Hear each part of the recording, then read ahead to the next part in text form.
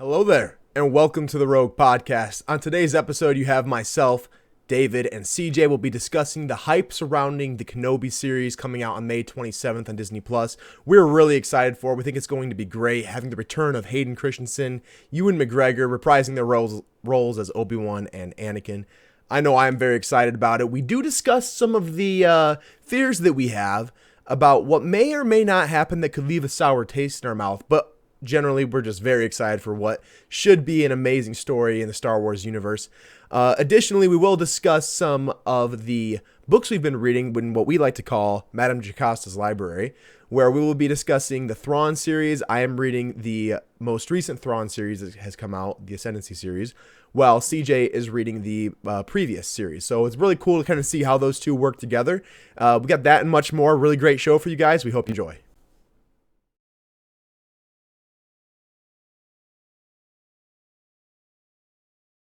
We're really excited to get started with today's episode. We have the Kenobi show coming out on May 27th as we are recording this on April 30th. So 27 days from today, 4 weeks to the day. I know we're all really excited. We've seen a trailer. We've had some leaks here and there. I believe for the most of us, I know CJ and I have avoided leaks just because we want to walk into it with no expectations, I guess, kind of like don't want anything ruined for us. David, what about you? Have you seen any leaks at all? I know there's been a few out there. This is good. This is good radio. He shakes his head no. But yeah, I mean, for the most part, excuse me, I haven't seen anything huge get leaked. A few things here and there, which we'll get into. And we will also discuss probably a little bit of the reading that we've been doing. I know CJ and I have both been reading the Thrawn series. So we'll talk about that as well. But let's go ahead and jump into the show. So 4 weeks away, we've had a trailer and a couple TV spots that just kind of rearranged the trailer. So we haven't had a ton of information given to us, at least intentionally. But what have you guys thought about what's been given us to us so far? And how do you think the show looks based off of that initial trailer? David, what do you think? I think it looks really good. It definitely looks like they're putting a pretty big budget into it, and I'm excited for everything I've seen. Only thing that was a little iffy was the animation they used, or the costume headpiece, whatever it is, for the Grand Inquisitor. Looks a little funny. I mean, of course you can't cast the perfectly skinny body, I suppose, that you'd want for that guy. But like the Grand Inquisitor, at least in Rebels, was a relatively younger guy. Definitely younger than who they had casted for this character. And he was tall, slender, skinny. He had a thin profile of his head. And this guy just, he looks like he's got a bulbous cranium, man. And I was just like, what is going on? And I know they're probably trying to cover up like hair, or it's some kind of, like you said, costume piece, but it does not look good. So that was, I think they have odd for sure.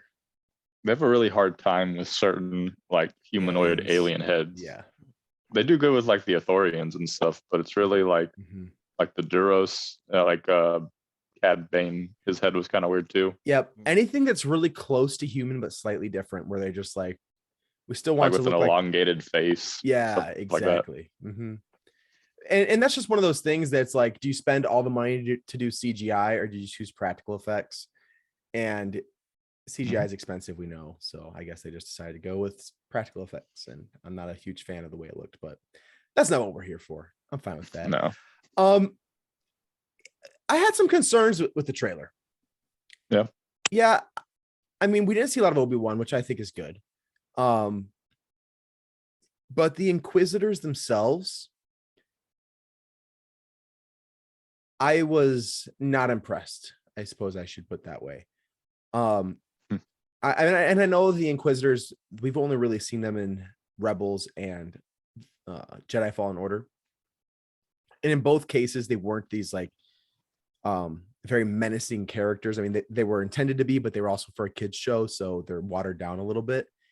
And again, it was just a trailer, but that's kind of what I felt here as well, that it was a little watered down. The main fear I have with this show, because I think that I trust the director, I trust the writer, and I trust the actors to portray Star Wars really well.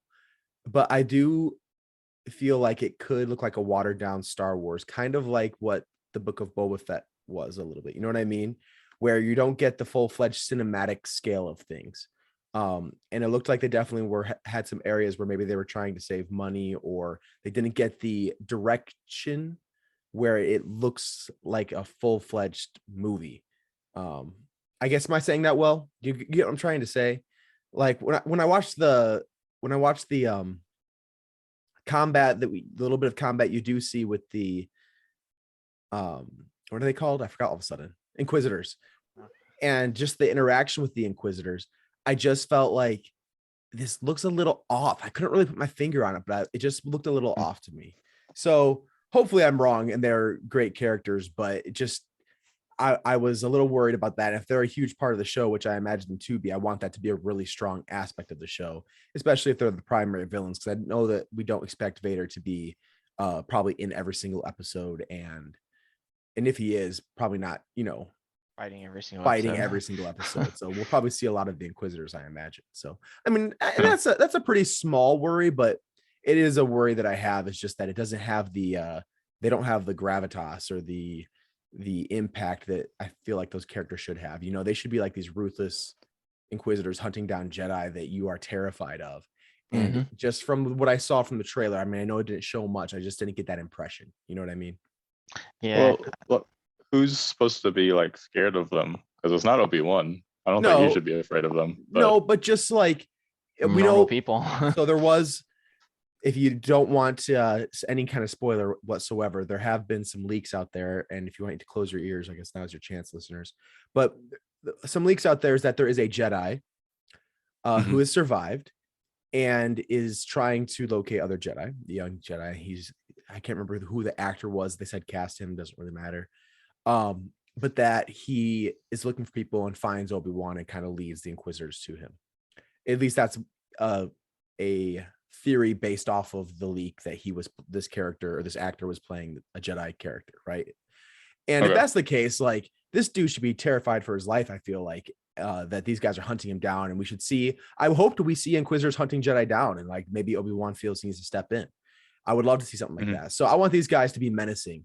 And, like Kenobi is probably the only Jedi that's not worried about him. Because, I mean, with Cal Kestis, his hands were full. And Jedi Fallen Order. And that's kind of how I want to feel about them. But even then, the Inquisitor, the big one, the ninth sister, I believe it was. I'm like that. Yeah, I know who you're talking about. I feel like she was kind of comedic. You know what I mean? Like, I don't know. It just was odd. She was this big goon, and it just was not like, to me, I wouldn't want it to be like this character that just kind of is silly. I want them to be like dark and twisted and have mental issues, because they're fallen Jedi. They were once Jedi that the Sith corrupted to go hunt down other Jedi after the Jedi Order has been purged. So to me, I feel like these people should have some really complex characters, and they should be dark and depressing.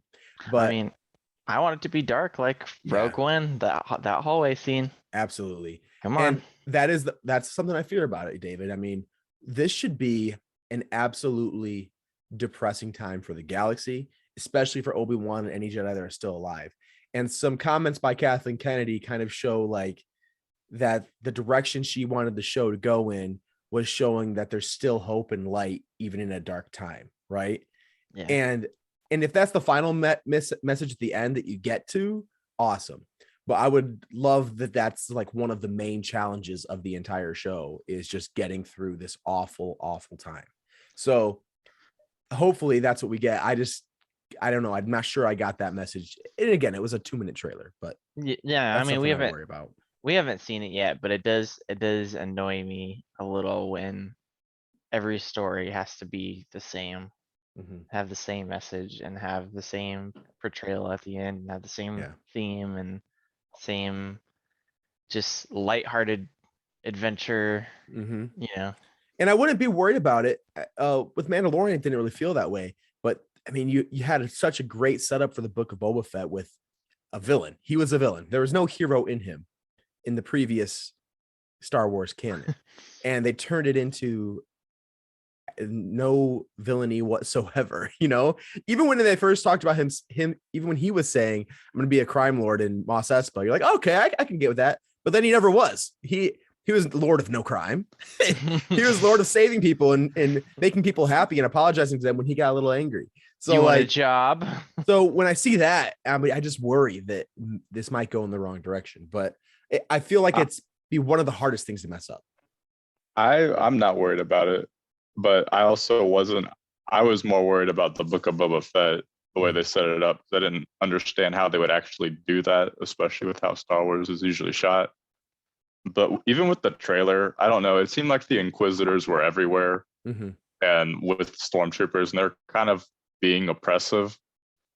And so I honestly didn't have a worry that they're just going to be kind of bumbling buffoons. Even like with the trailer that I saw, you have the Grand Inquisitor like spinning his lightsaber in front of someone threatening to kill him. Like, I don't know. I'm not too worried about it. I think it's also harder for them to do the Book of Boba Fett thing because you have clearly defined good and bad characters. That's true. And it's more about making them work together in an interesting story rather than trying to do. They haven't really done a good gray character yet. No. I guess outside of what's his name, Bill Burr's character, but even then he was kind of turning over. But, he's like, I used to be this full way. Good by the end. What was his name again? Don't remember. It'll come eventually. Yeah, I guess it will. But yeah, I agree. I just hope that that's not an issue. But I don't know. I don't really think that this is something you can mess up. And if you do, you're really messing up something pretty bad. I mean, you can't mess up Obi-Wan and Anakin with the same actors. I mean, even if you recasted it, then I would think it'd be really hard to hit on the head. But you've got Ewan McGregor and Hayden Christensen coming back to reprise their roles. This is hard to mess up. Yeah, it's just like it's a sliced, it's a meal that's already prepared. You just have to take it out to everyone. Put it in the microwave and be done with it. So as we get ready for it, we got 4 weeks left. What are you hoping to see out of the show? I know we kind of discussed this a little bit, but some more time has passed and we've seen some things. So I'll kind of lay out what we know so far and at least the limited things that we know and not go into too many spoilers, but just the things that have been set out. So appears things that are going to happen. Obi-Wan is not the only Jedi alive. It appears there's at least one more in this story. He's watching over Luke, and we are going to see young Luke. He's got an actor that reprises him and appears to have a pretty significant role. Uncle Owen is heavily used, it appears. He was in many of the shots in the trailer.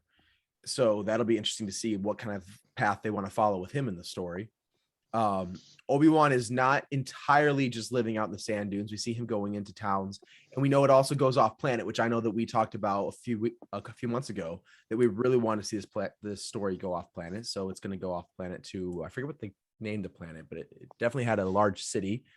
And we know that there's going to be at least one fight with Darth Vader. And from what I've heard, probably two.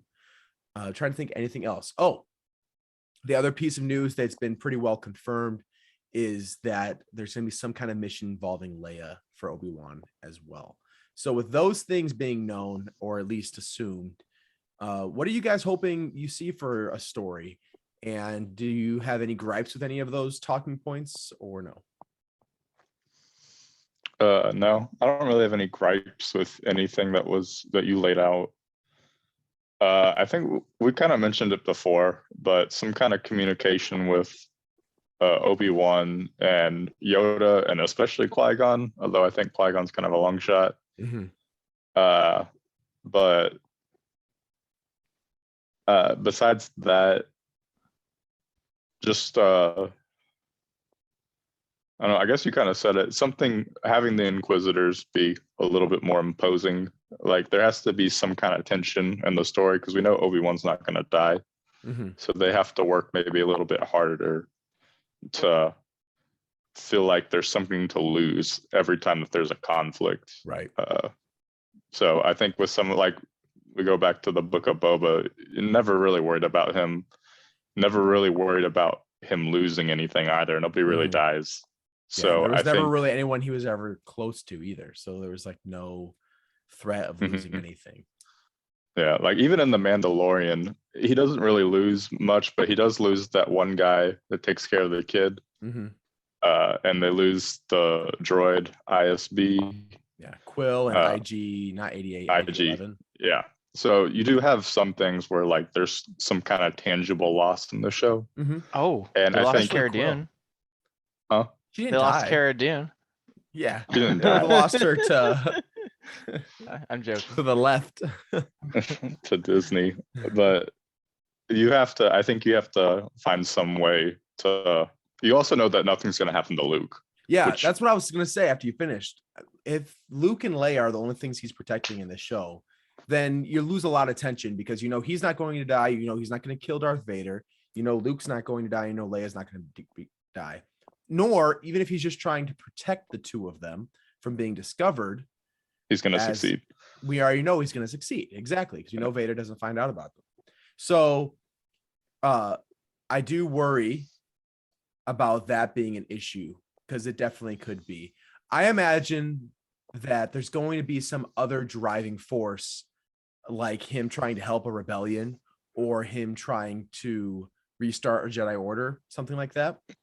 And he may just see that the Empire is too strong and realizes that him trying to help out all these other missions is too dangerous, and then it will expose Luke. And that's why he retreats back in the next 15 years. He just spends his time in the desert just minding his own business. Because you guys ever read the Ahsoka novel? Mm-hmm. No. Oh, really good book, Good CJ. One. Highly recommend. The audiobook is voiced by Ashley Eckstein, which is the actress of Ahsoka. So I really enjoyed it. But it's a similar process. So shortly after Order 66, she goes into hiding and spends time on this farming planet, and it starts to be oppressed by the Empire. And she tries to quell her ability to, or she just tries to not help, she tries to stay back and not hide herself. Be normal. Yes. But really good line in the trailer. The Inquisitor says the Jedi code is an itch. They have to scratch it. It's who they are. They see people in danger and they have to help. So the Sith and the Empire can pretty much just oppress people and know that Jedi are going to come out of the woodwork to try to help them. That's exactly what happens with Ahsoka. And she tries to help these people without using the Force, or at least not using the Force people can see. But eventually, you throw enough things around that floating through the air, someone's going to notice. And Ahsoka had to leave planet and had to abandon those people. She eventually comes back, kills an Inquisitor. And when she breaks through a lightsaber that had a red kyber crystal in it, it was an unstable crystal, like Kylo Ren's lightsaber. It broke and turned white, and that's where she got her white lightsabers from. At least that's what it was in that book. I believe that's been undone in canon, but it was really, really good book. And it just kind of talked about how it's hard for the Jedi to help themselves from being Jedi. So if we could see that from Obi-Wan, I think that'd be a really good story to explore, especially if he's, fighting against the Empire and fighting against Vader. Because now, after he fights Vader in the show, that Vader's going to be hot on his trail, and he's going to have to do everything he can so that Vader doesn't track him back to Tatooine, which is something I really wonder. There's no way Kenobi can do something on Tatooine to be discovered, right? Anything he does in this show has to be off planet. Yeah, I think so. I don't know. I think there's a chance. I have a feeling either Owen or Luke gets kidnapped, and that's what. Yeah, but why would you kidnap a moisture farmer? Well, maybe. Oh, you mean not by the Empire though? You mean by It could be anything. Yeah, maybe a group of thugs or something. Yeah, I'm just saying it could be anything, and that's what gets Obi-Wan to do something. But yeah, I think that makes the most sense, because if it's on planet, I'm gonna assume I have family there. Well, yeah, and so this is Darth Vader's homeworld, right? And in comics and everything, Vader goes back to Tatooine and just kills tons of Tuskens, right? Which is, it's a great story. Those comic books are really good. But you just imagine that if the Empire hears about Obi-Wan Kenobi being on Tatooine, that Vader would tear that planet apart until he found him. So I can't imagine that this show would have Kenobi be ousted on the planet that he's protecting Luke. So anything that happens where the Empire finds out about Kenobi, to me, has to be off planet. We know he does go to another planet. We've seen those clips, but it just doesn't make sense to me for that to happen. And if it were to happen, it would bother me. Yeah, we can't have everybody be idiots. No. What about the idea? I know one set that was built was Darth Vader's castle on Mustafar. What do you guys want to see happen there? Because I know we kind of saw it a little bit in Rogue One, right? Mm-hmm. Yep. And I would like to see a little more than maybe just Torturing Jedi. Yeah. Or Or Sith. I mean, Inquisitors. And a lot of the stuff that's happened recently and a lot of the Darth Vader comics that's been put out by Disney is Vader's main purpose has become trying to resurrect Padme. So I'd be very interested to see if we could see a part of him doing that. And he's even like using the whole reason he hasn't killed the Emperor is because he thinks he has power to manipulate midichlorians. So he wants to bring Padme back to life through that process. So I would love to see something like that where he's just obsessed with that and he's still tearing through it. To me, I know this is show's titled Kenobi, but I'm almost more interested in what's happening to Darth Vader in this time between Revenge of the Sith and A New Hope, because I mean, he's the character that's going to change the most. I feel like in that time period, he goes from Jedi Master to most evil person in the galaxy, or a second most evil person in the galaxy.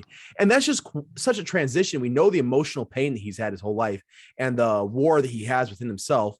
And we see that even when we get to Empire Strikes Back, Clone Wars, you see it in Empire Strikes Back when he tries to convert his son and tries to connect with a family bond. And then you see it in Return of the Jedi when he ultimately returns in him returning to the light. So it's an internal struggle he constantly has. I'd love to see if at this point in his life, is he fully down that path where he's just slaughtering Jedi with no remorse and just fully serving the Empire with no struggle whatsoever? Or does he still have that internal conflict of, thinking, he's made mistakes and now he's on a path he can't get off of? Or would that not be within his character? Should he just be the Lord of the Sith and fully committed to it at that point? I don't think he could be struggling. Like he wiped out an entire Jedi temple. Yeah. I don't know. I feel like it'd be weird for him to go back and now struggle with it. But I don't know, maybe in like flashbacks or something. Well, or maybe not flashbacks, but just thinking back on it. But I don't think his actions can show any remorse in this. Yeah. I guess remorse. Hesitation. Go ahead, David. I don't think remorse is the right word, but I think he will be like depressed, and then that will turn into rage, and it'll just be like a cycle. And then that could be another. He'll get like stuff, assignments from the Emperor to do, and then he'll just start like killing everybody.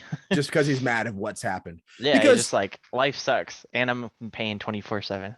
In Revenge of the Sith, the whole purpose he turned to the dark side, or majorly the purpose is, at least what he told himself was the reason, was that he was trying to save Padme, right, from his dreams.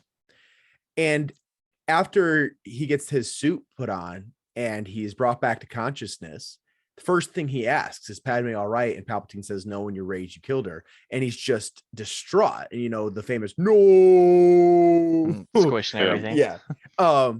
But I mean, clearly there's some regret in what he believes he has done, right? So is there possibility that as this time's gone on, he sees himself as the reason Padme is dead and hates himself for it, and maybe realizes that what he did brought him to that? And then again, just like you said, David, maybe not remorse, thinking I should have stayed Jedi, but maybe more so just hating himself because of it and just exacting revenge on the world because of what he's done. Like, that'd be a really interesting arc to me to see. Yep. I think it makes sense because he kills everybody so much. He does do a lot of killing. I think maybe a spin off of that would make a little more sense is, like, Sith, while they harness their anger and like their fear and all of that, they're very rarely just wild and out of control. It's very calculated. it's usually like I think even in like the Plagueis novel, Mhm. that's one thing that Plagueis and Sidious did real well, and that Sidious kind of developed was he became like just like better at using his anger and like honing it into something rather than lashing out with it. I think that Mhm. was in the Bane books too, with Yeah. the apprentices, where they have to like Control their focus anger. it. Mm-hmm. And so I think maybe a good progression for Darth Vader throughout this is having him, because of him killing Padme, kind of having unhinged emotion Mm-hmm. and that fueling his power. But maybe throughout the series, he hones in as the Dark Lord to become like the actual ruthless villain that he ends up being. Well, and the great part of all that is the Sith Lords are always manipulating their apprentice to carry out what they want to happen. You see it with every Sith Lord. Plagueis uses Palpatine. Well, he didn't really know it's Palpatine. He tries. Yeah. And you see it with Bane. You see it with every single Sith Lord. They're trying to, they say, hey, use your anger and use that to attack our enemies. And everything that they do, they try to manipulate their apprentice to carry out their will. Well, we see that with Palpatine again, right in Revenge of the Sith. Anakin had no part in killing Padme as far as, you know, killing her out of anger. That did not happen. She was perfectly healthy. She died because she was sad. And or just the loss of will to live. But anyways, but the reason Palpatine tells him that is to be able to manipulate him and have that control over him to then use later. And I would love, I don't know, I haven't seen any leaks like this, and I doubt Ian McDermott is involved in the project, but there's no reason that they couldn't hold it. But I would love to see, again, Palpatine using Vader to manipulate him for many, many different uses in this show. This isn't the Vader show, so we'll probably won't get as much of that as we'd like to see. But even just holograms or anything, just a Palpatine, you know, twisting Vader's arm and making Vader hate him even more. Because we know that, or I should say, we don't know, because in the movies you don't really see it often. But in the books and in the comics, Vader hates Palpatine and is always saying he eventually wants to kill him, but he still needs him.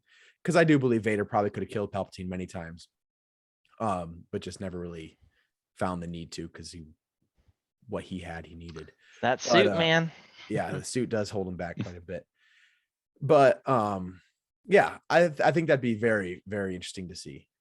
What about the flashbacks, guys? What do you want to see out of that? Because I know that we're definitely going to see it. Clone Wars. Yeah, I think we will see Clone Wars stuff, but to what end? There has to be a purpose for it, not just like, hey, check out this cool scene where Obi-Wan and Anakin are fighting droids. You know, there has to be a purpose to it. So what do you want to see happen because of these flashbacks? Or what do you want to draw on these flashbacks, or what is the overall reason for it in the plot? I think one thing that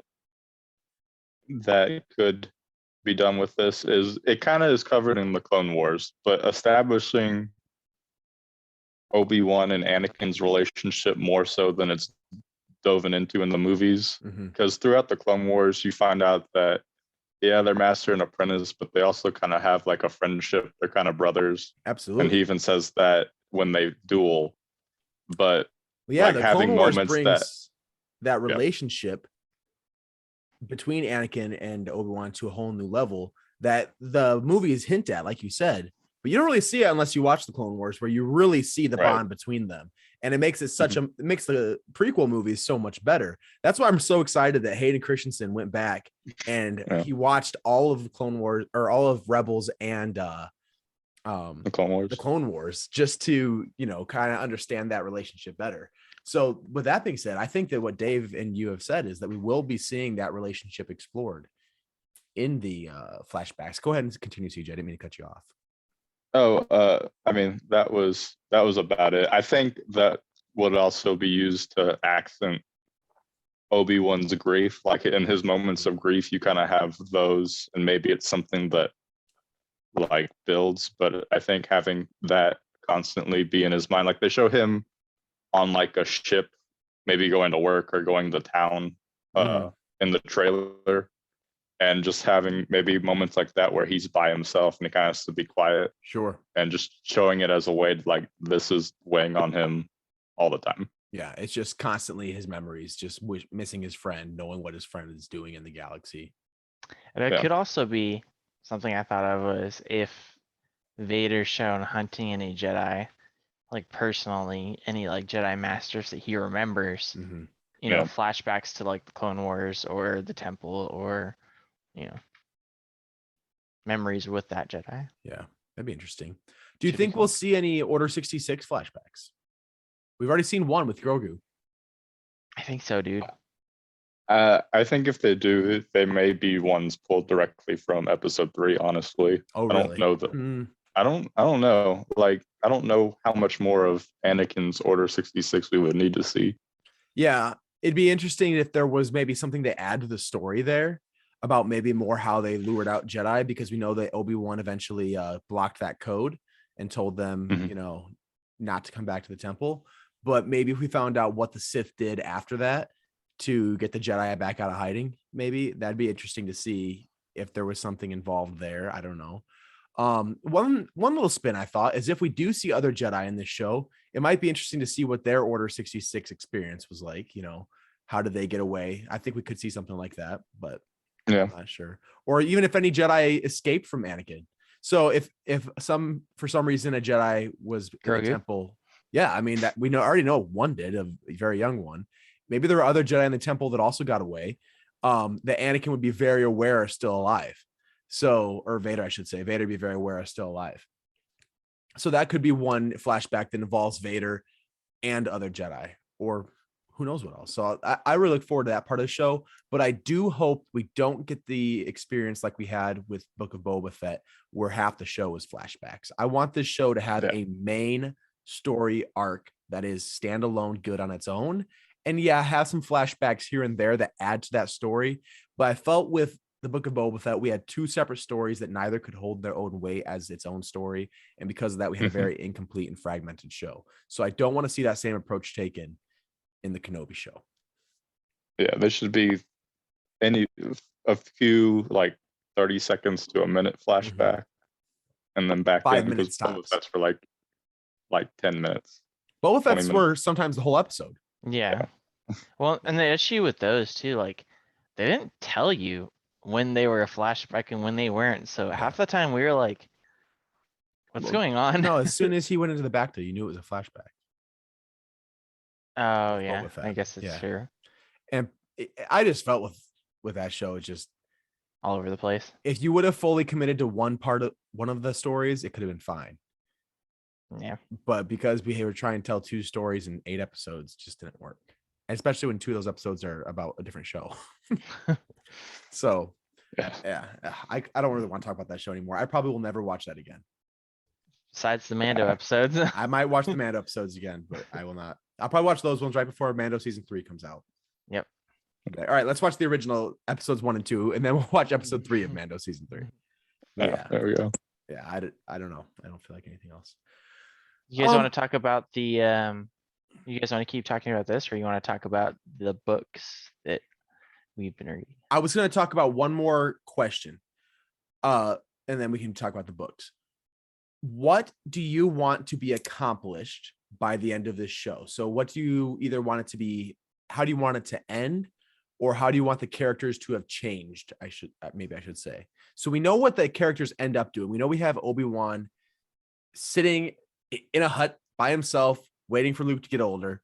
We know we have Vader pretty much getting to the point where he rules the galaxy with very few Jedi left alive. So do we want them at that point, pretty more or less, by the time we get there, so that we know there's no more story missing? So that's where the season has ended.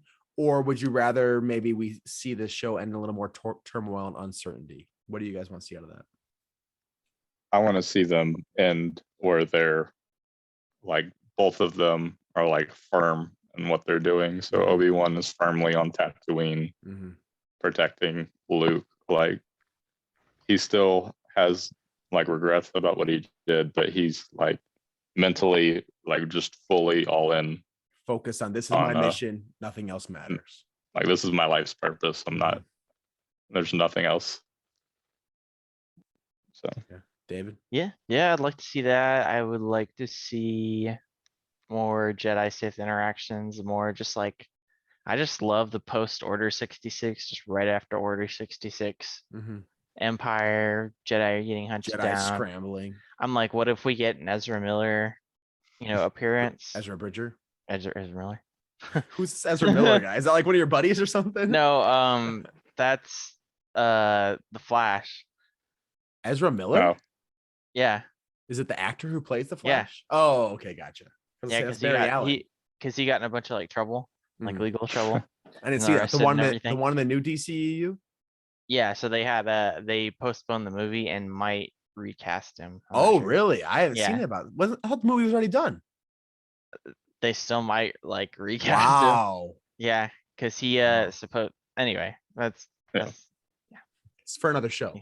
neither here nor there. We'll leave that to the other guys. But anyway, yeah, so more of that, more Darth Vader, like fresh Darth Vader, some cool Inquisitor, Qui-Gon. I mean, I want to see Qui-Gon. Yeah, that's what I was about to hit at.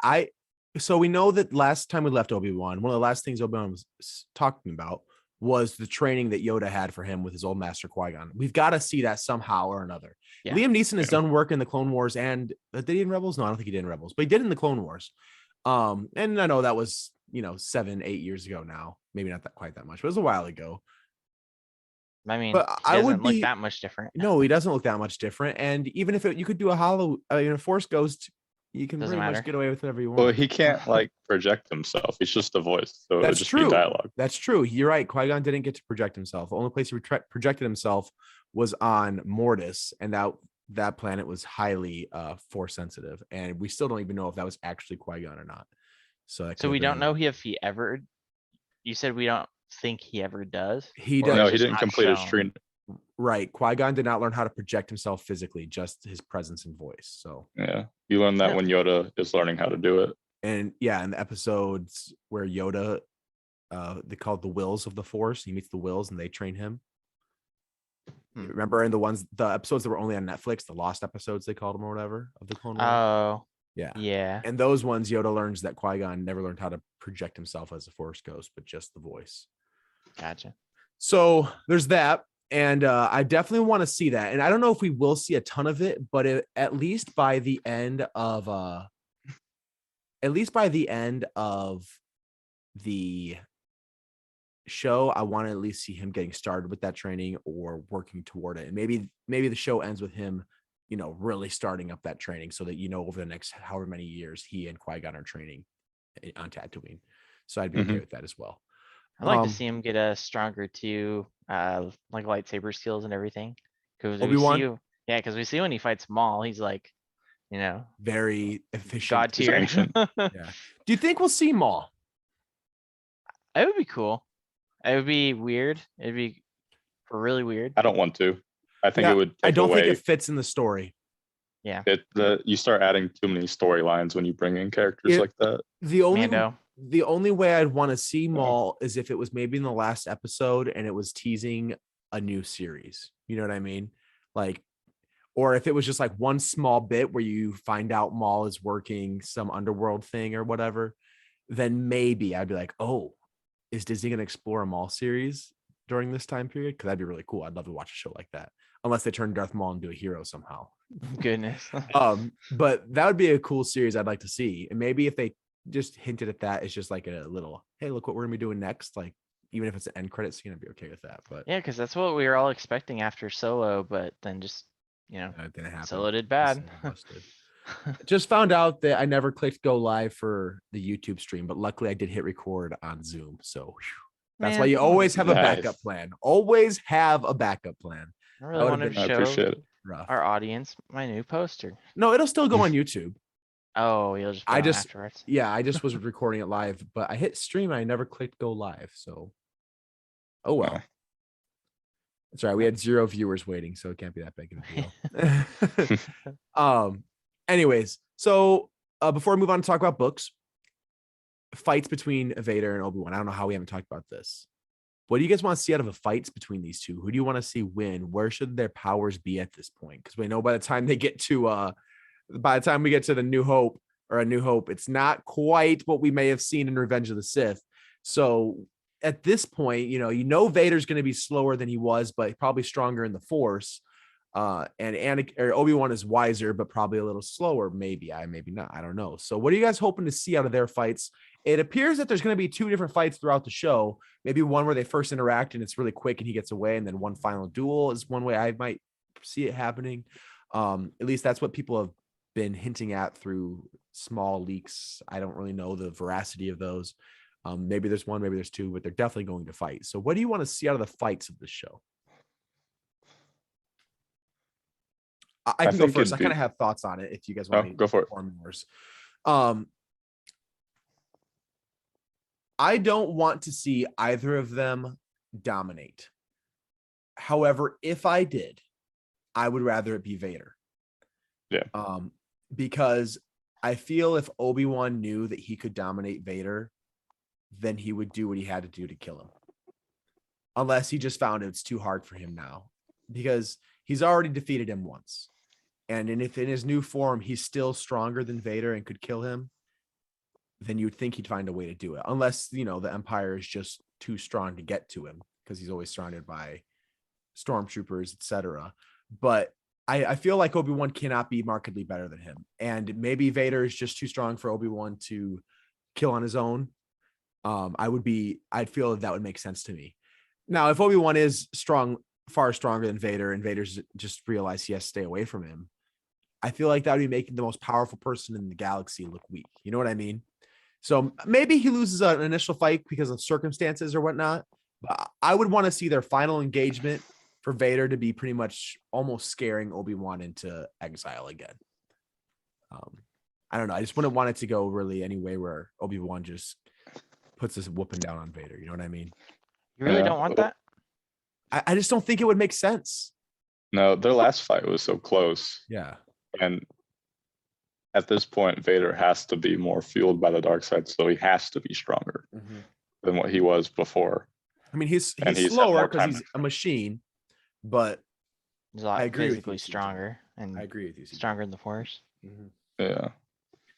I hope he initially loses, and then the fight at the end, he lays the whooping down on Vader, and then something happens, and they get split.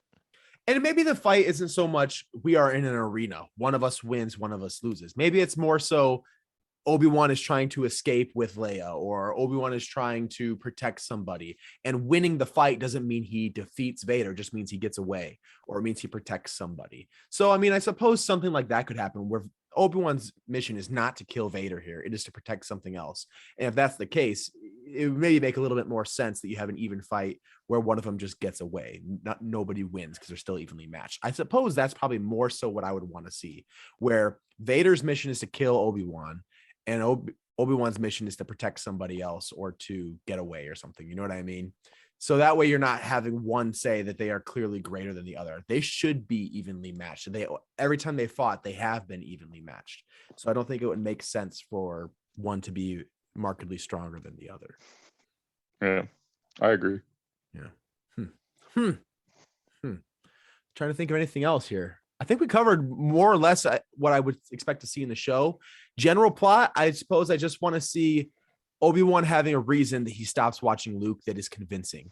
And I would like that reason to be something involving trying to get the rebellion or Jedi Order back on its feet or get started, and then realizing that it's too dangerous and that his mission that was given to him by Yoda to protect Luke is paramount and having to retreat back to that. And just realizing that he can't scratch that Jedi itch to do the right thing at all times, and that he's going to have to see people be oppressed. He's going to have to see people be killed and see people be hurt by the Empire, but just know that the plan is to let the Force build Luke Skywalker into their last hope. So that's what I want to see out of this show. And I want it to be very difficult for Obi-Wan. I want it to be a very depressing time for him, an emotional time for him, where he has to live with the guy that I left for dead on the lavas of Mustafar, the shore of Mustafar, maybe the beaches, you could say. And that he couldn't just end himself and rather just let him burn alive. Like, Obi-Wan, not a very Jedi move there to just let somebody burn alive. But you could easily just go stab them in the head real quick and end their pain. But the person he left there terrorizing the galaxy, like that should be a weight on his shoulders that he deals with every single day, knowing that he left that to happen. So I want to see that pain in Obi-Wan. I want to see that really hard life for him. But yeah, that's kind of what I'm looking for out of this show. I think we're probably going to get a lot of it. So I'm excited. Yeah, buddy. One thing, a poster was released yesterday, the day before, of Obi-Wan's, or a picture of Obi-Wan in his like attire he had there, and he had like buttons on his collar. And I know as an avid Star Wars fans, you guys know George Lucas said no buttons or zippers in Star Wars on clothing, and apparently Disney said never mind, we're just going to stick some buttons on clothes. So just depressing to me. I don't want to see it. Maybe that's a little bit nitpicky. Sacrilege. But as soon as I saw, I was like, buttons on shirts. George says no buttons. They would never. This is a dark time in the galaxy. All right. That's our hopes and dreams for the Obi-Wan Kenobi show coming out here May 27th, 27 days from today. So I'm really excited for that. Let's talk a little bit about what we've been reading. So I have kind of slowed down the last week or two, but before that, I've been reading Thrawn Ascendancy. Really been enjoying it. I know that I have previously read the other 3 Thrawn novels, which I forget the name. There have been 3 different trilogies of Thrawn. The 3 that were written a long time ago. The Thrawn Ascendancy trilogy that takes place when he is with the the Black Fleet crisis. Is that the that Chiss. What's that? No, David. It's not the. No, the ones that he's with the Chiss. He's ascending through the ranks and everything. And, yeah. Yep. And then there's the Thrawn trilogy that takes place during the time of the Empire. So the original Thrawn trilogy takes place after the fall of the Empire. That was years and years ago. And that's about him starting up the new Empire. They don't call it the First Order. I think they called it Empire of the Hand. Oh, wait, was that right? No, what they call it? I don't remember what they call it. Imperial Remnant. I don't know. Something like that. Yeah. Where he takes the Imperial Remnant and tries to build it back up. Empire Reborn. But that was like back in the 90s? 90s. Yeah. Okay. And Late then 90s. there's the trilogy that CJ is currently reading that was written by, is it Timothy Zahn? Yeah. Yeah. They're all Timothy Zahn. Yep. Timothy Zahn. And they take place during the time of the Empire, and he's working with the Empire. And then the ones that I am reading currently. So CJ read the ones where he's with the Chiss, and then he's reading the ones where he's with the Empire. I read the ones that he's with the Empire, and I'm going back in time to where he's with the Chiss. So we're kind of like comparing notes and whatnot as we go through it.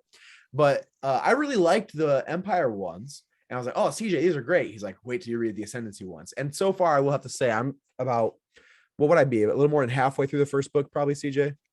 Probably. Somewhere like that. And I've really been enjoying it. It's just the story that Zahn tells about this character. He just uses Thrawn in such a way that you're just always marveling at how Thrawn operates. But also his weaknesses of just not being able to navigate political situations. He just is totally aloof in that area. Politics. He's like, wait, I can predict everything somebody does except for when it comes to politics. So that or it's just a black hole in my mind.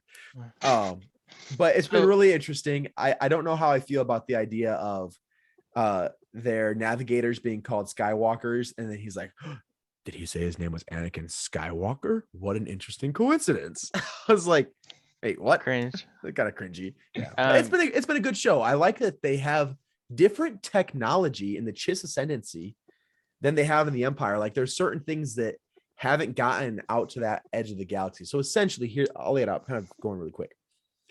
The Chiss Ascendancy is more or less its own empire or a republic, right? The Chiss they deem themselves to be the elite race in the galaxy, or at least in their edge of the known galaxy.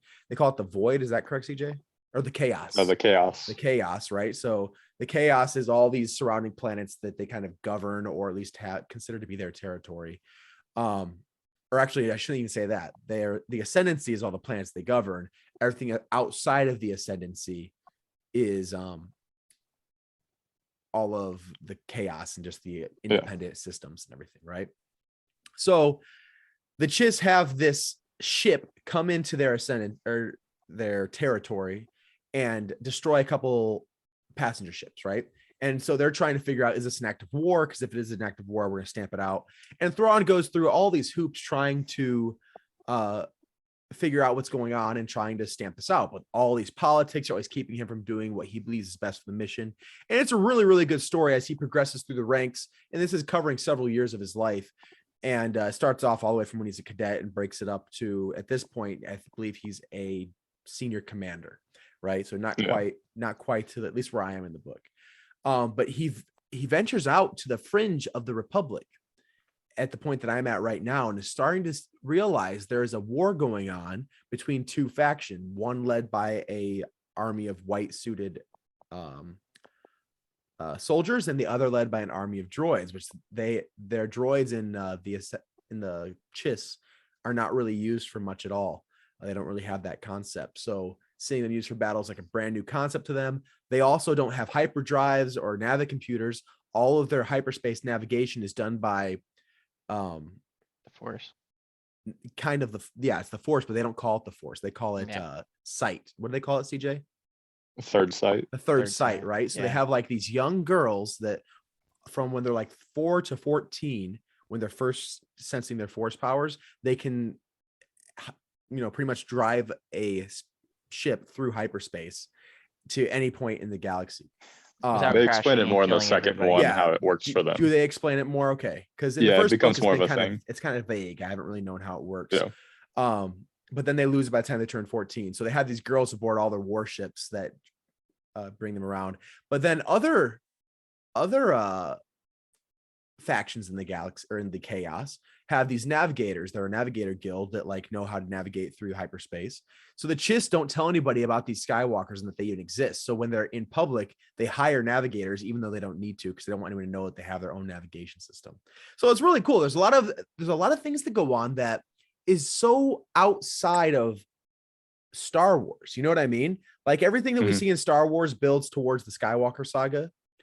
Even if it's like the stuff in the Old Republic, and it takes place and you're always hearing about Coruscant or Naboo or Tatooine or whatever. This is just totally different stuff. Even the different races. Yeah, absolutely. Everything is different, but it's taking place in the Star Wars galaxy and still feels like Star Wars. And to me, what it really does, because even the Thrawn trilogy that I read originally that takes place during the time of the Empire, great books, but it takes place during a story we already know what happens, and it's got a lot of familiarity to it. But what this does for me is having material that is totally independent, not totally, but very much independent of the main Star Wars story, tells such a great story still, and very interesting with all kinds of new material. To me, it brings great hope for the future of Star Wars, saying, go ahead, branch out from what we have all known and create a new story within this galaxy at a totally different timeline. Because you can absolutely do that. And when you do that, you don't risk, hurting fans for ruining their childhood characters and whatnot. You know what I mean? Which is sad that has to be a risk, but it is. But I think that it's really cool that if you get the right writers in there, you can tell a story about anything. And in the Star Wars universe, you very well might like it. So I really enjoyed it. I got a lot more to read in this series. But so far through this first book, it's been very interesting, especially having read the previous trilogy where Thrawn 20 years later, maybe even plus or less. I'm not sure exactly the timeline. Okay, so hold on. Going off these books, I read the first 3 that you read that are, further in the future. Take place during the time of the Empire. Yeah, and then the one that flashes back to the Clone Wars. Yep. That's the second book. So this one is still during the Clone Wars, but correct. Is there how many books are there out for that one? There are 3. The third one just came out back in January? Like in November or October. It was not that long ago. But this takes place while Thrawn is still with his race, because if the series that you read, David, Thrawn has been exiled from the Chiss. Yeah. Because of his tactics for what was that race called that he fights up? So it's the I remember what happened. The Griss. The Griss, yes. The Griss are coming to invade the Chiss Ascendancy, whatever. And he's trying to tell the Chiss that, we need to fight off against these people. And whatever he uses, I don't remember the exact reason, but they pretty much said, you're not allowed with us anymore. you're not following our commands, and leaves, right? That's after. So the series that takes place during the Empire takes place shortly after that, when he's been exiled. The series that I'm talking about right now that I am currently reading takes place before that and leads up to it. It probably even ends with it, I imagine the last book does. So they're kind of telling the same story, but it's just interesting that the one came out years before the others. These are like prequel books. Kind of. George Lucas. Yeah. At it again. But he's not. But he's left his stamp on Star Wars where we tell stories backwards. Yeah. Because the original Thrawn trilogy was out after the Empire was destroyed. So it's literally gone here to here. It's great. It's like poetry. It rhymes. Yeah. So yeah. Well, what have you thought so far of your series, CJ? You said you're in the second book so far? I have like one chapter left of the second book. Oh, The first book has a lot of similarities to the Ascendancy trilogy. Yes, it does. Uh, Because he's rising through the Empire. Yeah, it just not just that, but also, well, I guess building off of that, it's both of these have a lot to do with the political structure. With the newer ones, it's the military. With the older ones, the Chiss Ascendancy is ruled by 9 families, and it's kind of like joint ruled. Yeah. So he has to navigate dealing with the interests of different families, and that escalates throughout the 3 books, actually. It's even escalating throughout this first book so far. Yeah. Different families are trying to get them to join his family, whether they be through bloodborne or through I forget the different ranking system. Ranking distant. Yeah, ranking distant. And yeah, it's really interesting the way they do it. But they're like offering, well, we'll promote you in our family if you join this one and all that. It's really very interesting. CJ, did you read the old ones? No. I've got them all. Have you read them, Jake? It's sad because I have the paperbacks right here and I've never read them. Come on, man. They were given to me by a friend a year or two ago. Yeah. I was currently reading the I remember that. I was currently reading the Republic Commando novels. Yeah. So when I finish these, I'll read the Thrawn books, but I never read them. Okay. Have you started the second High Republic book? No, I've only read the first one. Did we ever finish talking about that on the show? I think you did. We talked about it, but at least I don't think either of us actually finished I think I had finished it. Okay. But no one else had. Did you finish it, CJ? I haven't read it at all. Oh, see, you got to read it. Really yeah. Yeah, you're right. I was the one that finished it and you had it. Yeah. It ended really well. The first half of the book, maybe the most boring Star Wars book I ever read. Yeah. But the last half, when it really started talking about, what was that race called, David, or the group? The bad guys? Yeah. Nihil. The Nihil. Man, that is such an interesting group. I can't wait to see where the books go from there. So yeah, I've read the first one. But I really enjoyed it. I thought it was a very interesting take on Star Wars. So yeah, and the voice acting too is pretty good. It was much better than the voice acting in the second book of the Thrawn trilogy. Padme. CJ, did you enjoy that? Oh, no. You just got through one that, thing I didn't noticed, you? Oh. They do one criticism I have of the audio reading is that he uses like the same voices for different characters for different like races of characters. Yes. Like half the people sound like they're from the country. Yeah, it's so annoying. The backwater cowboys. Yeah, what was his Louisiana. Ensign Vanto? Yep. Yeah. Eli Vanto. It makes sense for Eli Vanto. Yeah, it makes sense for him. I'm Eli Vanto and I live on the outer rim. But like every single female officer sounds exactly the same. But you have Padme, and then you have that one that like social lady. Yeah. That's friends I know with. Oh yeah. I know what you're talking about. They're the exact same terrible voice, and you're the like, girl who works in politics on Coruscant. Yeah, that's friends Governor with Governor Price. Yeah, Price. Friends with Governor Price. Yep. And then she like turns on her, and it's the same voice, and you're like, so can I just mute this?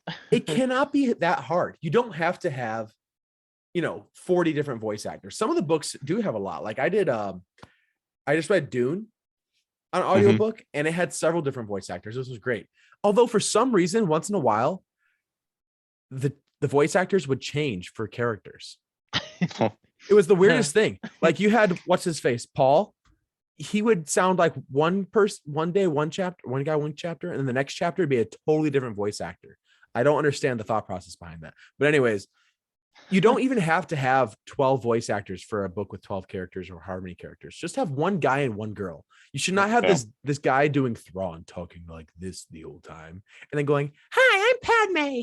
Like that's not. Just have one girl, one guy. You don't need to have that many people. It can't be that hard. It's just so cringe. It is. I don't think it's as bad in the Ascendancy trilogy because they're all different characters like that we haven't heard before. Yeah.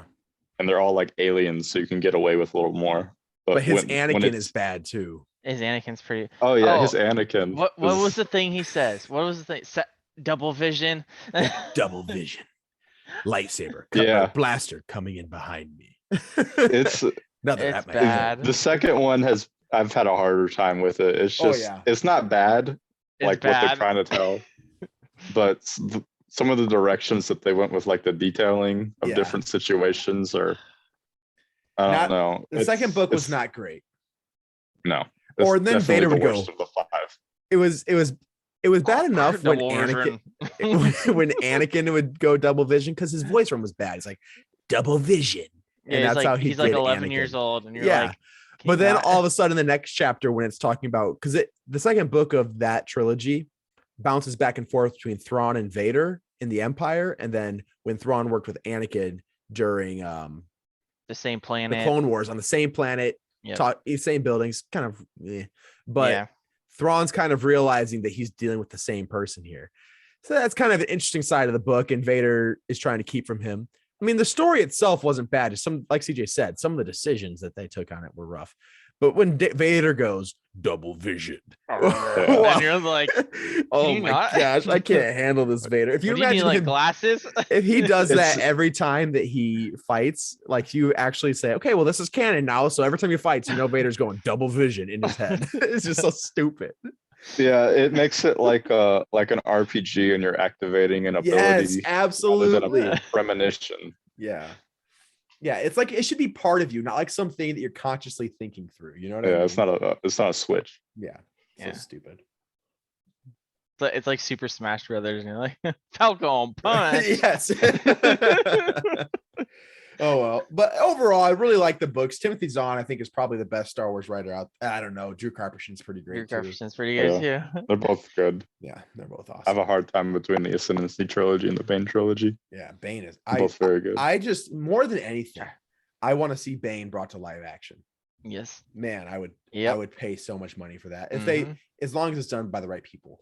Yep, I'm a big fan of old Republic stuff. Me too. I think that's my favorite Star Wars period. It probably is the greatest. And I haven't even played the game, bro. I know. Are you gonna play the new one? Yeah, I'll play the new one. Okay. I just have a hard time with it. Maybe it's just because when I play video games, most of the time I play with friends. Yeah. And no, I understand that. If I hop on, I usually am hopping on to say, "Oh, hey, anybody else on?" And it's how I socialize with people. So it's maybe if I was playing at the same time as somebody and had someone to talk to, but to just sit there on my computer like this and be like, "Okay, I'm gonna run over here for 4 minutes, talk to this guy. Yeah. Run over here, talk to this guy. Oh, fight this guy. Click grenade. Click." You're shoot. Also not an RPG person, so it makes the combat real rough for you. Yeah, I don't find the combat enjoyable.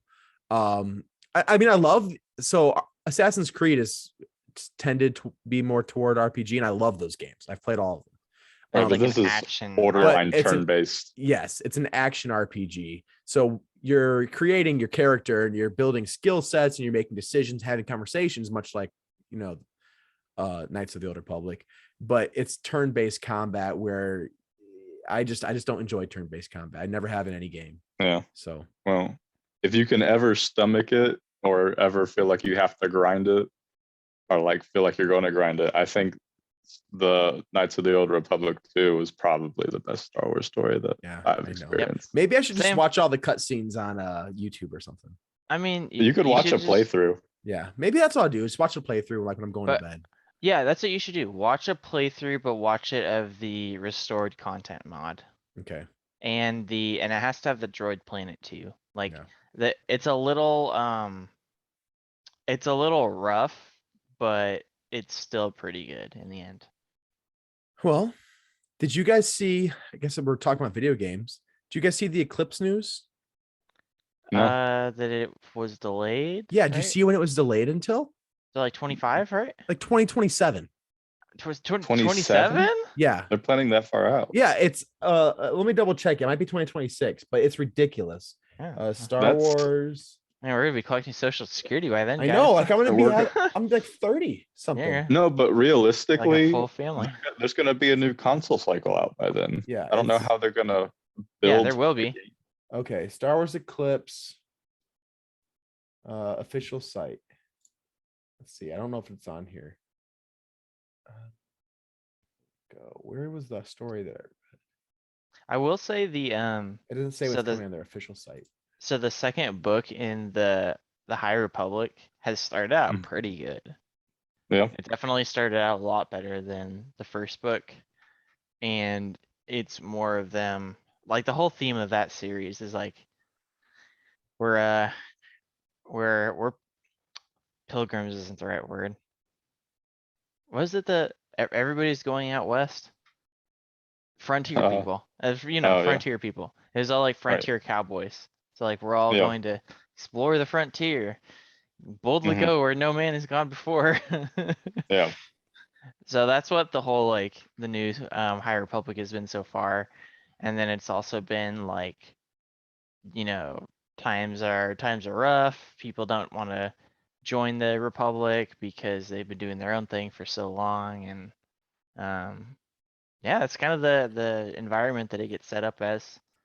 So, And sorry. it's good. I've really been enjoying them. Yeah, the way the second book. Nihil was introduced into that story and where it left off at the end of the first book, I just was so excited for the second book, especially because the first half of the book talking about the heroes so much. I was so uninterested in the heroes that they created and the characters they created in the first half. But by the time the conflict started with the Nihil and some of those heroes started to die and you started to see how that affected the other Groups and characters. stuff. Mhm. Yeah, you started to get more connected to the characters that were left alive. Like the one Jedi that is left captured by the Nihil. I'm very interested in his story. The Padawan that was left behind, the two Jedi that kind of have that romantic thing for each other. It's all very, very interesting. Now I can't wait to read the second book. The Dude. first half, though, I was like struggling. Oh, I know. And there's books like that. Like Yeah. I would say Well, they were setting up a whole new universe or a Yeah. whole new galaxy, a whole new timeline. So the whole half of that first book was world building and setting up the reason that this has to happen. So that hyperspace accident or collision is the reason that this whole conflict starts, right? So they had spent probably 20 chapters setting up this galaxy where they're going to be hopefully spending a lot of money on making games, books, etc. Yep. Movies, shows, who knows someday. So I understand why they had to do that in the first 20 chapters of the first book, but it just was boring. So boring. Yeah, and I would say the second, what I was telling CJ, like the second one starts off a lot more, you know, we're doing stuff in the frontier. Yeah. Like Well, I mean, they got the setting set up now. They can just tell a story now. yeah, and it's But kind they of had like 60 writers on this thing. They hopefully they can. Do you see their writers' For room real. when they were creating this? no, is it so- a YouTube video? There's a YouTube video that they put out when they first announced the High Republic of like their writers' room, and pretty much all of the walls were just whiteboard, and the lists of ideas and like diagrams they had put up explaining what their plans were was just the most intensive spider web of all these branching off, and they had like lists of characters and character traits and everything they wanted to create. So it's been a very well thought out process. At least it looked like it. And this room was full of like the Knights of the Round Table and had like 40 people around this table. So and there's Jeez. just papers everywhere. So it's a very intensive project. It's like their pet project right now. Yeah, I'm excited to see what happens. Which you go back to Eclipse. Eclipse takes place in the High Republic. And they had a full cinematic reveal trailer that looked just amazing. It created by what's their Quantic Dream, who created Detroit Become Human. And very interesting game style. It's more like a movie that you play through, kind of an interactive movie where you make decisions and have some combat and whatnot, but it's still mostly based on a cinematic experiences, more or less what the game is about. And it looked great. And you would think with the huge CGI cinematic trailer that they've got a pretty good plan of what they want to do. They've got staff hired. The reason they're having to push this game back it says a minimum of 3 to 4 years away, which puts us at 2025, 2026 at the earliest. So probably longer than that, is because they're struggling to hire enough staff to develop the game.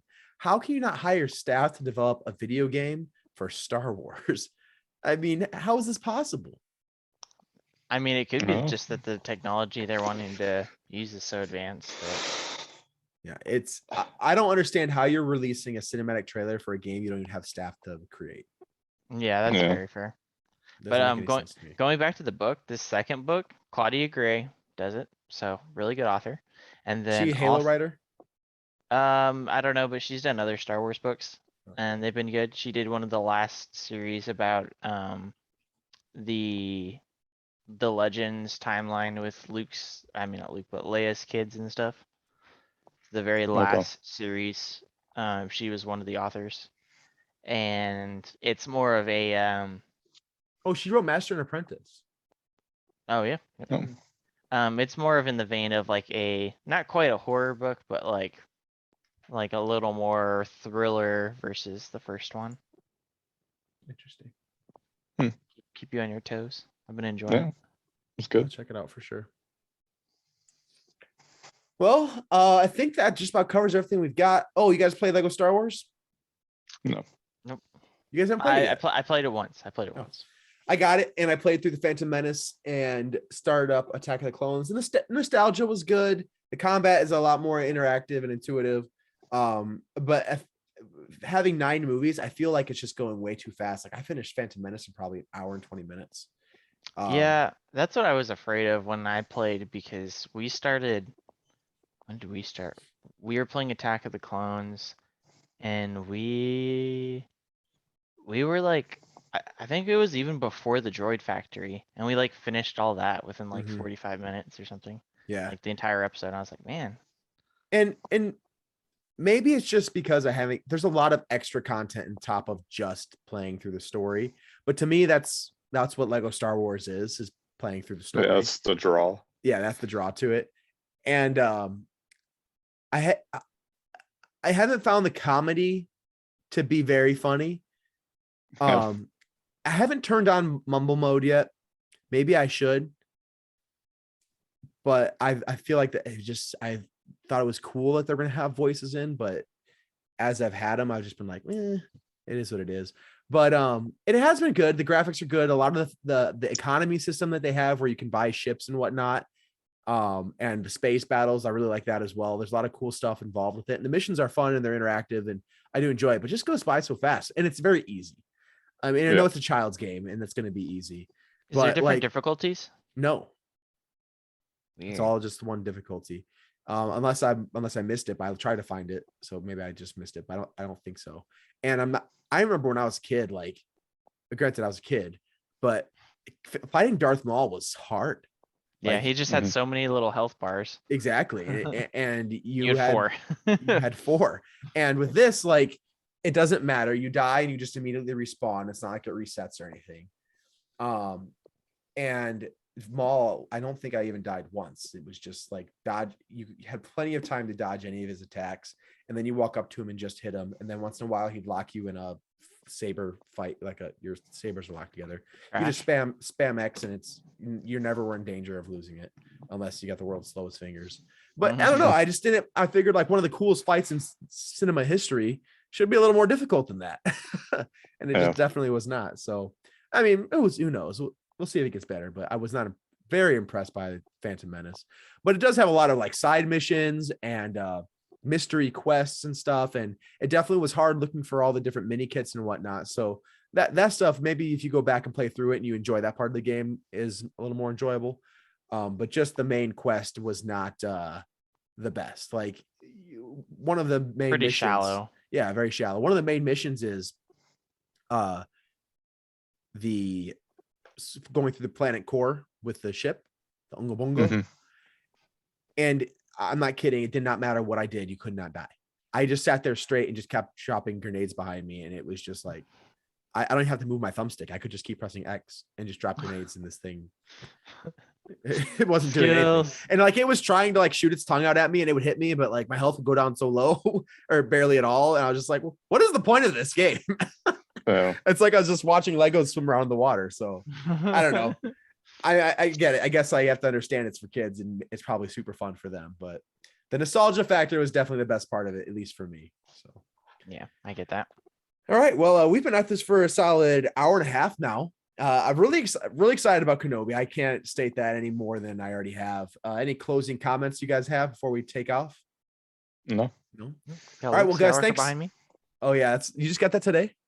Yeah, I got it today. Yeah, it's pretty solid. How much that cost you? There goes my headset. Ooh, I can hear you still. So here's a close up. Hi, me. It's pretty big. It's So got a whole- is that like an original poster from the movies, or was that just a fan artwork? No, so this is by an artist. His name is like Mondo. Mm-hmm. And it's a numbered, so it's a one of 1780 total made, and it's signed by the author, the artist, and everything. So it's pretty cool. Run, yeah. It wasn't very much. It was like 80, Okay. and it's like 3 feet by 2 feet. So right now, I'd much rather have that than an NFT. So Yeah. good on you. It's cool though. Like they had the one I really wanted was a Hoth one, and the Hoth set was Luke hanging up from the tow cable. Oh, that'd be sick. With the lightsaber in him, like slicing under the belly, and it shot from underneath that angle. It was really nice. Oh, did you get the UCS AT-AT? Yeah, I've had that in the box. I just haven't built it yet. Yeah, you got to find a place to build it. You got to find a place you're going to store it and say, I'm never moving this again. I know. I need to all that out. I need to just take apart the Star Destroyer frame and just start over one day. Yeah.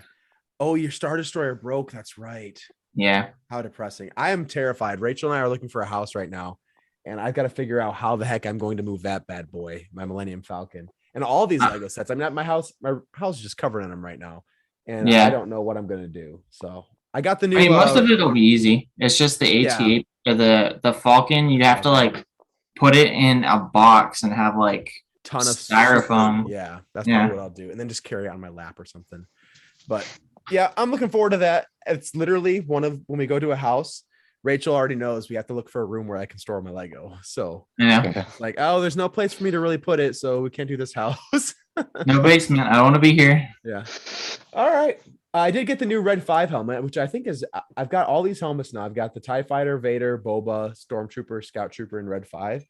And if Red 5 is not my favorite, it's definitely one of them. No, the Boba is probably definitely still my favorite, but dude, did you see how much the TIE Fighter helmet's going for now? That's crazy. $100. I got it for $70. I don't know why I didn't buy 10 of them. Well, who would have thought? Like, I thought it would have been worthless. It was a Target exclusive. I don't remember that. Yeah, it's a Target exclusive. You had to get it at Target. But even still, like, is it that cool? I mean, I can grab it for you. But like, how do you like it compared to the other ones? Does it like really stick out compared to like the Vader? It has a little more detail than the other ones because it has to, just because of the complexity of the helmet. Yeah. But I mean, just it looks clean. It looks pretty clean, you know. It's really clean. And the thing is it's a piece of a collection. If you get one of the helmets, it's just you have a natural desire to want all of them. Yeah. Mm-hmm. So it's easy to order a lot of them. There was a ton of them made, but there were less of this one made because it was a Target exclusive, so they're harder to find. So the price shoots up. So like when you see something like that, that's a part of a series, especially now that they're releasing like 3 or 4 more every year. It looks like they're releasing 3 this year. Mandalorian, Red 5, and then the third one is Mandalorian Red 5. There's another one. Death Trooper. Oh yeah, that's right. Yep. And now they're releasing 3 of them. Like it's a great. I have all mine on my fireplace mantle, and it's a great decor. And like to have all of them would just be awesome. So people want to have all of them, and you can't get this one anywhere anymore because it not sold at Target any longer. You know what you should get before you can't? And this is a very short timetable before you can't, is the artwork, the Sith art. Have you seen that stuff, CJ? Oh yeah, No. like the Darth Vader, Darth Maul, Kylo. and Kylo Ren, and then if you get all three of them, they can make. Yeah, just make it Darth Vader. Just because that Darth Vader with the lightsaber is. John has it. Yeah, John has it. And it's like 3 feet by like 1 feet, I think. How much are all three of them together? It's a lot. You'll probably be spending probably $450. But it would be sick to have, like, because I mean that's the way I decorate things, sports and Lego, Star Wars Lego. So if I had, that'd be a great piece to have. Oh, and it's like 3 feet. Yeah. You know, so. Yeah. Well, maybe I'll do that this summer. I got some things to do. I got to get the AT-AT. I got to get the. Well, you have time for the AT-AT. Yeah, but I got to get the Cantina. I'm not a big diorama guy. I prefer The having cantina? ships. The cantina does look good. It's but pretty nice, man. My collection is ships, Yeah. more or less, and I've really gotten into these helmets as well. So maybe I'll still get the cantina. I don't know. I mean, I've got a crap ton of minifigures just kind of by happenstance. Minifigs. Most Lego fans want minifigs.